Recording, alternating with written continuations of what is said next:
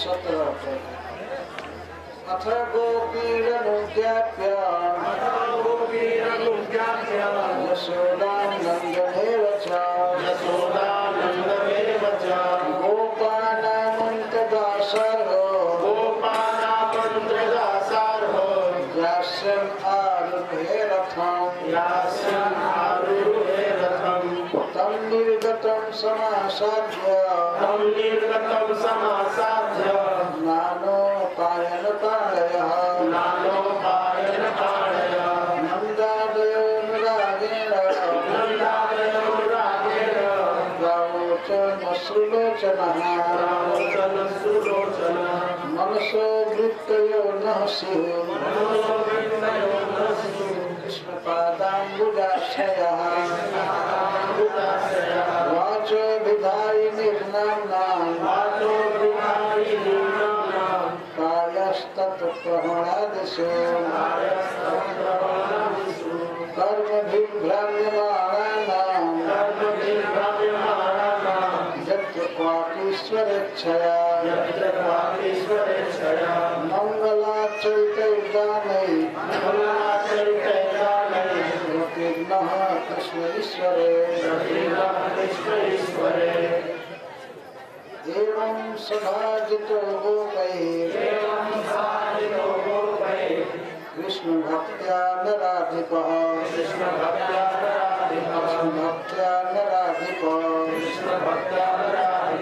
उद्धवः पुनरागच्छ मथुरां कृष्णपालिताम् कृष्णाय परिपत्याः भक्त्योद्रेको व्रजौकसाम् वसुदेवाय रामाय राज्ञे चोपायनान्यदा इति श्रीमद्भागवते महापुराणे पारमहंस्यां संहितायां दशमस्कन्धे पूर्वार्धे उद्धव प्रतिज्ञा 47 अध्याय। तो उद्धव जी की विदाई हो रही है, मथुरा जा रहे हैं, ये प्रसंग रह गया है।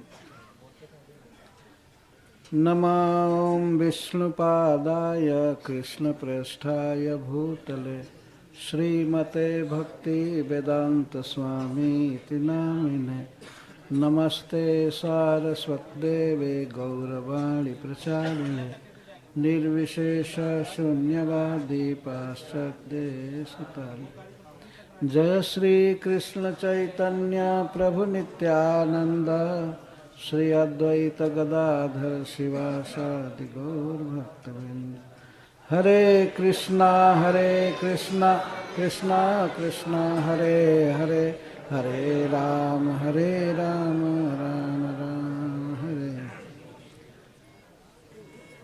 तो वर्णन आया था कि उद्धव जी कई महीने ब्रज में रहे, नंदगांव में, गोवर्धन में, वृंदावन में, बरसाने में कई महीने रह गए और गोपीजनों को वह समय बहुत ही कम लगा, क्षण के प्राय। कई महीने उद्धव जी रहे ब्रज में और वह समय बहुत कम लगा। क्यों? कि ये कृष्ण कथा के महादानी उद्धव जी कृष्ण लीलाओं का गान कर रहे थे, कृष्ण का स्मरण करा रहे थे और इसके बाद उन्होंने गोपियों के चरण रज की वंदना किया।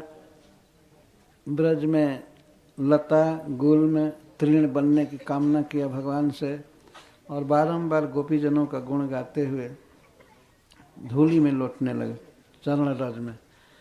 अब इसके बाद अंत में सुखदेव जी कहते हैं कि अथ गोपी रनुज्ञाप्य जसोदाम नंद में वचा। उद्धव जी अंत में माता जसोदा से विदाई मांगे कि माँ मैं जा रहा हूँ, और नंद बाबा से, और इसके साथ ही साथ गोपों से मंत्रणा किए, परामर्श किए और जाने के लिए तैयार हुए।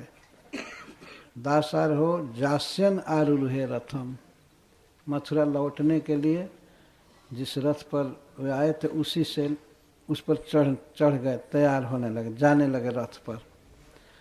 तम निर्गतम समासाद्य नानोपायन पाणय, जब गोपों को सबको पता लगा, नंद जसोदा को और श्री राधा रानी को, गोपियों को, कि उद्धव जा रहे हैं, तो फिर वे बहुत दुखी हो गई। इतना दिन बहुत सुख से बिता, लेकिन अब कौन कथा कहेगा, इस तरह के कृष्ण की याद दिलाएगा। तो निकले सब लोग, अपने हाथों में भेंट की बहुत सी सामग्री लिए थे और नंद आदि अनुराग से बोले उद्धव जी से। उनके आंखों में आंसू भरा हुआ था, चू रहा था, सब लोग बड़े विकल थे।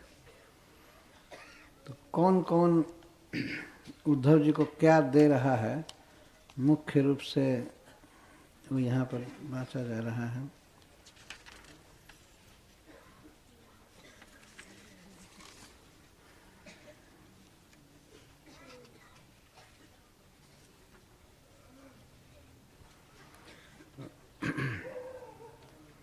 ये पृष्ठ 68 पर है, 68, और पद संख्या है 208, 9, 8 से चालू करते। धाई जित तित ते विदाई है तो उद्धव की, श्री गोपियाँ जहाँ तहाँ से दौड़ी, कोई बरसाने से, कोई चिखरौली से, कोई जावट से, कोई कहीं से दौड़ी। धाई जित तित ते विदाई है तो उद्धव की, गोपी भरी आरती संहारे तीन सांस। गोपियाँ बड़े विकल थीं, आरती कृष्ण के विरह में, तो वे दौड़ी सामान ले करके उद्धव जी को देने के लिए। कहे रत्नाकर मयूर पक्ष को लिए, कोई गोपी मोरपंख लेकर आ रही थी कि प्रियतम श्याम सुंदर को कह दीजिएगा ये पहनने के लिए। तो वहाँ सोने का मुकुट पहन रहे थे मथुरा में, फिर भी गोपियों का प्रेम है, कोई मोरपंख लेकर के आई।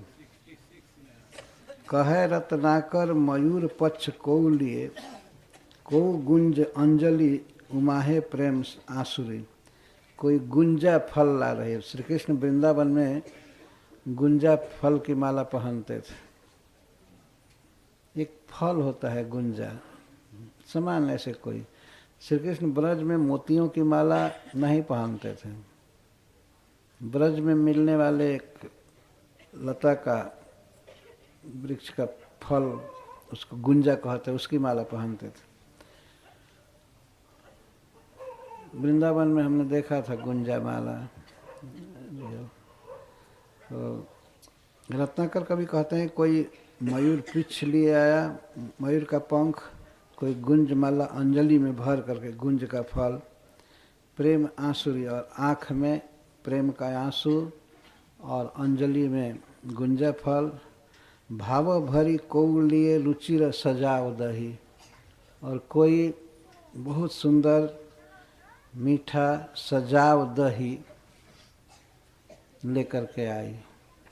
सजाव दही का अर्थ उस दही को फोड़ा नहीं गया था, किसी मटकी में जमाया हुआ सजाव दही उसको कहते हैं। तो उसको लेकर के आई कि श्री कृष्ण इसे खाएंगे, उनको भेंट देना। को मही मंज दाबी दलकत पासुरी, कोई बहुत सुंदर स्वादिष्ट माठा लाई, छाछ लाई, क्योंकि श्री कृष्ण ब्रज में बहुत पसंद करते थे। उस समय उसकी दलकती पासुरी, पासुरी माने छाती, बहुत दलक रहा था। इसका अर्थ बहुत दुखी थी कि प्रियतम श्याम सुंदर को ये चीज़ नहीं मिलता है मथुरा में। पीत पट नंद, नंद बाबा ने पीताम्बर दिया।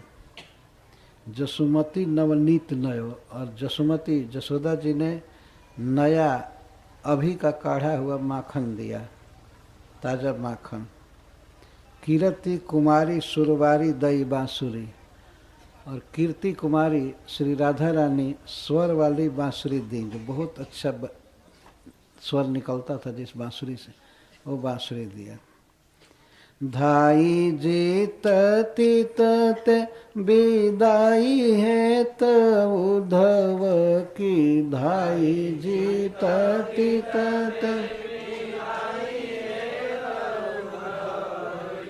धाई जीतती ते विदाई है त उद्धव की धाई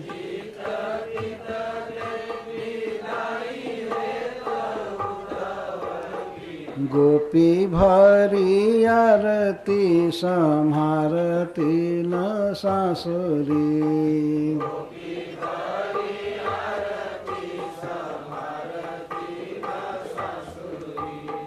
कह रात न कर मयूर पक्ष कौलिए कह रात न कर को गुंज अंजलि उमा है प्रेमायासुरी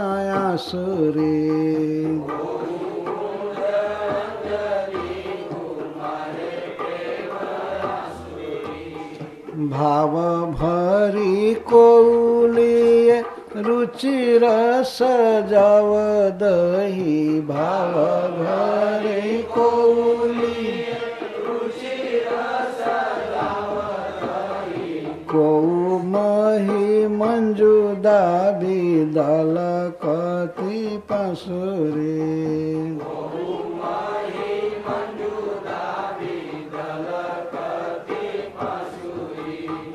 पीत पट नंद जसुमति नवनीत नयोदित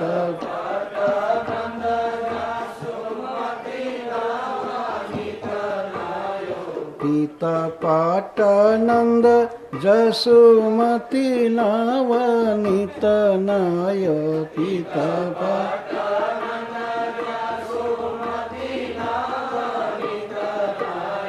कीरति कुमारी सुरवारी दई बांसुरी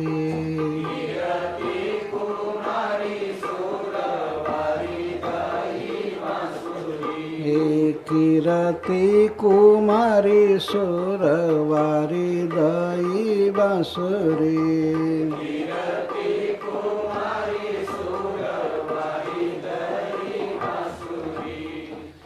नंद बाबा पीला कपड़ा दिए जिसको कृष्ण पहनते थे ब्रज में बहुत अच्छा लगता था तो नया कपड़ा पीला दिए और मैया का स्नेह देखिए कि अभी अभी निकाल करके नया नवनीत दिया नया माखन दिया। और कीर्ति कुमारी श्री राधा रानी बहुत सुंदर बांसुरी दी। उनको बहुत प्रिय लगता था कि श्याम सुंदर ब्रज में बांसुरी बजाते थे। तो हो सकता है मथुरा में बांसुरी नहीं मिलती होगी तो ये ले जा करके देना बांसुरी बजाने का। कीरति कुमारी सुरवारी दई बांसुरी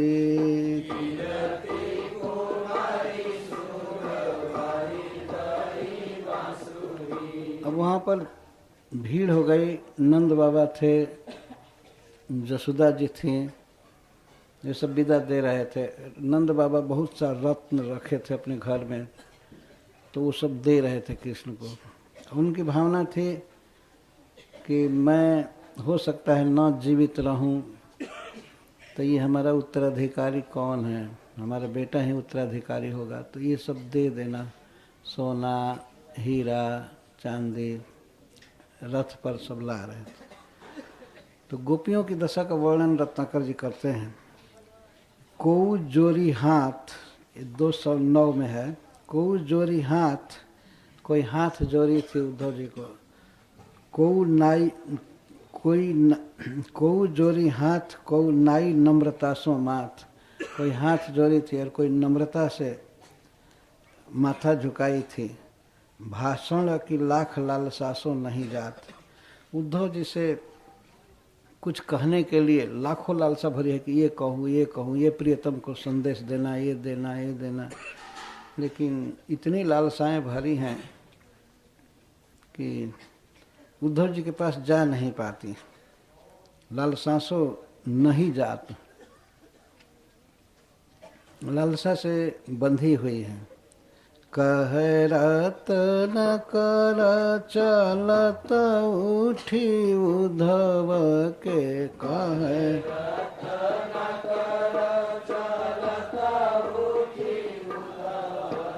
लेकिन उद्धव जी से वो कहना चाहती थी, जब उद्धव जी भी नंद बाबा के घर में थे और जब चलने के लिए तैयार हुए तो ये सब कातर हो गई, लगी रोने विलाप करने। कातर है प्रेम सो सकल मही जात हैं,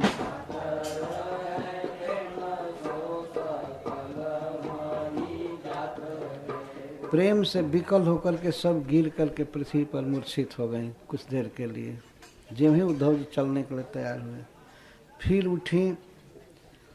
सबद न पावत जो भाव गावत, जो सबद न पावत सो।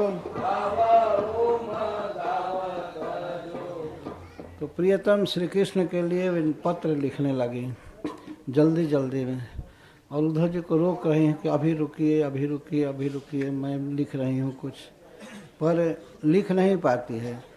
कोई शब्द नहीं मिल रहा है लिखने के लिए, संबोधन क्या करें और क्या करें। ताकि आना न ठगे से ठगी ठही जात। उद्धव जी के चेहरे पर देख करके ठिठक करके रह जाती हैं, कुछ लिख नहीं पाती हैं। तब कहती हैं केवल सबद न पावत स्वभाव गावत, जो सबद न पावत। जो हृदय में भाव आ रहा है कृष्ण को लिखने के लिए, ये लिखूंगी ये लिखूंगी, लेकिन कोई शब्द नहीं मिल रहा है और कोई शब्द नहीं। रो रही हैं, हिचकी भर रही हैं। ताकि आना न ठगे से ठही जाते हैं। उद्धव जी के चेहरे पर देख करके ठिठक जाती हैं, कुछ कहती नहीं हैं। यही कह पाती हैं, कुछ कहती नहीं हैं, लेकिन ये कहते हैं थोड़ा हमारा सुनिए, थोड़ा हमारी बात सुनिए, हमारी बात सुनिए। सभी गोपियाँ ही कह रहे हैं हमारा सुनिए, हम जो बोल रहे हैं उसको सुनिए, हमारा सुनिए, हमारा सुनिए। और ये कह कर रह जाती हैं और कुछ कह नहीं पाती हैं। रंच हमारी सुनो, रंच हमारी सुनो, रंच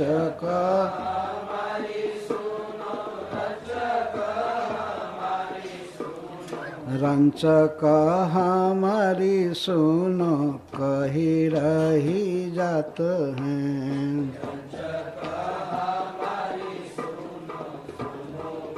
ये एक सुनो डबल छप गया है, वो नहीं है। रंचक हमारी सुनो, कही रही जात हैं।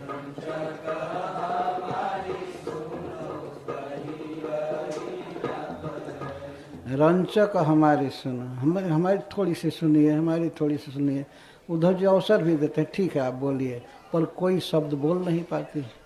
इतनी व्याकुलता है, वाणी नहीं आ रही है, हाथ नहीं चल रहा है, कलम नहीं चल रहा है, कोई शब्द भी नहीं आ रहा है। तो वे श्री गोपियाँ अंत में कहती हैं उद्धव जी से, उद्धव जी आप जब मथुरा जाइएगा तो यहाँ किसी के बारे में मत बताइएगा कि क्या हालत है। नंद जसुदाओ गाय गोप गोपिका की कछु, बात वृष भानु भवन हूँ कि न जनी कीजियो। नंद बाबा के बारे में कुछ मत बताइएगा, माँ जसोदा के बारे में भी कुछ मत बताइएगा, यहाँ की गौओं के विषय में, गोपों के विषय में और गोपिकाओं के विषय में, हम गोपियों के विषय में कुछ मत बताइए। यहाँ तक कि बात वृषभानु भवन हूँ की जनी कीजिए। और वृषभानु महाराज के भवन में क्या हो रहा, क्या दशा है राधिका रानी की, और सभी बिल्कुल मत कहिएगा, क्योंकि सुन करके उनको दुख होगा। कहरत नंद जसुदाय गाय गोप गोपिका की कछु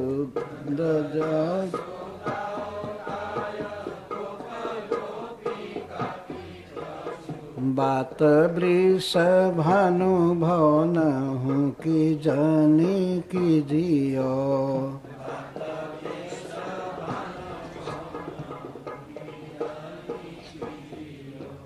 रत्नाकर जी कहते हैं, गोपियाँ कहती हैं कि सब हाहा करके विनय करके कहती हैं, यहाँ के पर पंचनी सो रंच न पसीजियो। उद्धव जी, ये तो ब्रज है, यहाँ का प्रपंच चलता रहेगा, सब रोते रहेंगे, लेकिन हम नहीं चाहते हैं कि हमारे प्रियतम इनका समाचार सुन करके दुखी हों। कह रतन कर कहती सब हाहा खाई, कह रतन कर यहाँ के पर पंचनी सो रंचना पसीजियो।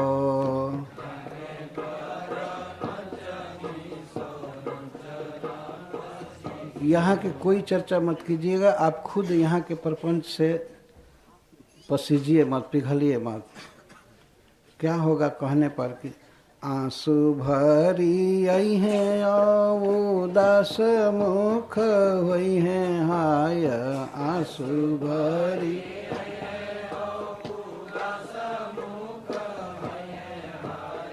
प्रियतम श्री कृष्ण के आंखों में आंसू भर जाएगा, उनका मुख उदास हो जाएगा यहाँ की बात सुन करके।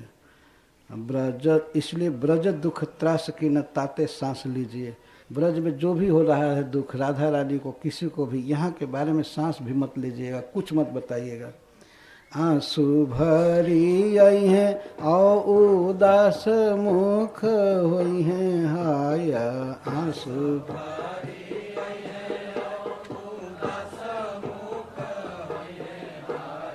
ब्रज दुख त्रास की न ताते सांस लीजियो।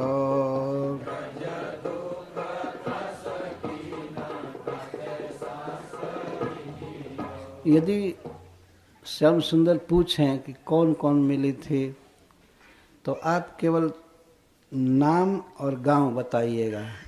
इस गांव की गोपी मिली थी, उसका ये नाम है, और कुछ मत बताइएगा। कैसे जी रही है, क्या दुखी है, ठीक है हम यहाँ दुखी रहेंगे, लेकिन हमारे प्रियतम दुखी नहीं होना चाहिए। उनको यहाँ का समाचार सुन करके सुनाकर दुख मत दीजिएगा। नाम को बताई जताई गाम उद्धव बस, नाम को बताई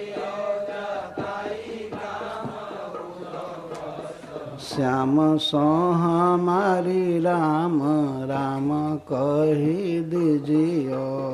श्याम सो हमारी राम, बस नाम को बताई और जताई गाम उद्धव बस। गाम माने गांव, केवल नाम बताइएगा। राधिका मिली थी बरसाने, उसका गांव है। ये चित्रा मिली थी चिकसौली में, उसका गांव है। बस नाम और गांव बताइएगा, और कुछ मत बताइएगा। नाम को बताई और जताई गाम उद्धव बस, और श्याम से हमारा प्रणाम कहिएगा। राम राम मतलब प्रणाम। नाम को बताई और जताई गाम उद्धव बस, नाम को बताई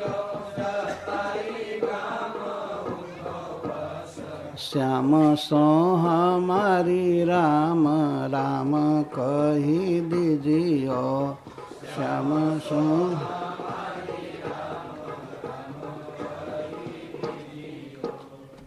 अंत में श्री गोपियाँ कहती हैं,